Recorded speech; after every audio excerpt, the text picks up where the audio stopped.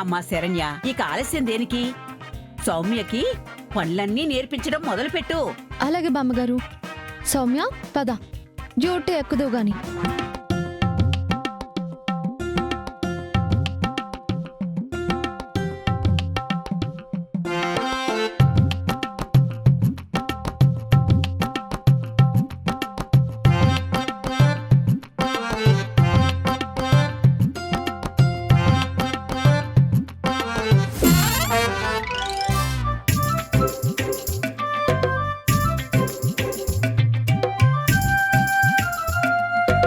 నా బట్టలంటే ఓకే, కానీ ఇవ్వని ఏంటి?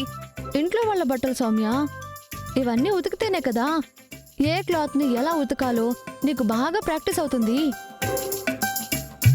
అయినా ఒకటి రెండు డ్రెస్సులు ఉతకగానే పనిమంతురాలు అయిపోతావంటే ఎలా? ఏ పనైనా నేర్చుకునేటప్పుడు భారంగానే ఉంటుంది.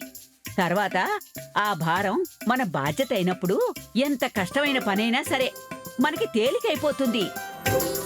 అందరికందరూ సోషల్ మీడియాలో ప్రవచనాలు తెగ వినేలా ఉన్నారు. నీతులు చెప్పడంలో ఎవ్వరూ తగ్గట్లేదు. ఏంటి సౌమ్య ఆలోచిస్తున్నావు? అమ్మాయి, ఈ పిల్ల చేత ఇవాళ బట్టలన్నీ ఉతికించేస్తే తర్వాత మిగతా ఇంటి పనులన్నీ నేర్పించడం మొదలు పెట్టొచ్చు. అలాగే బామ్మగారు. వామ్మో, ఈ ముసల్ది నేర్పించడం పేరుతో ఇంటి పని మనుషుల జీతం డబ్బులు ఇలా మిగిల్చే ప్లాన్ చేసినట్టుంది. బాగా నేర్చుకోమా. మ్మ్.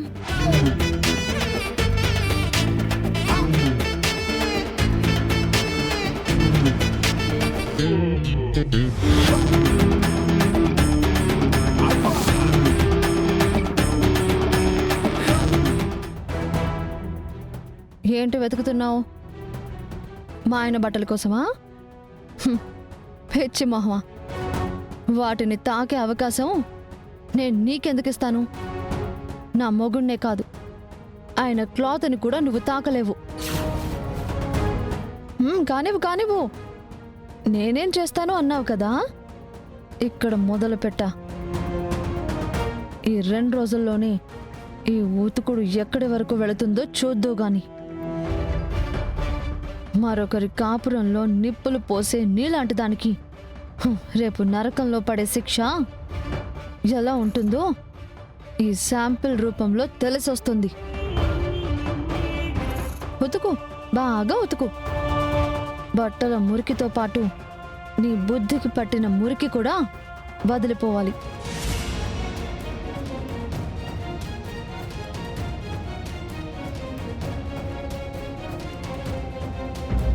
శరణ్య, నా చేతి ఇవన్నీ చేపిస్తావా? నేను చూపిస్తా. నేనంటే ఏంటో పక్కాగా చూపిస్తా.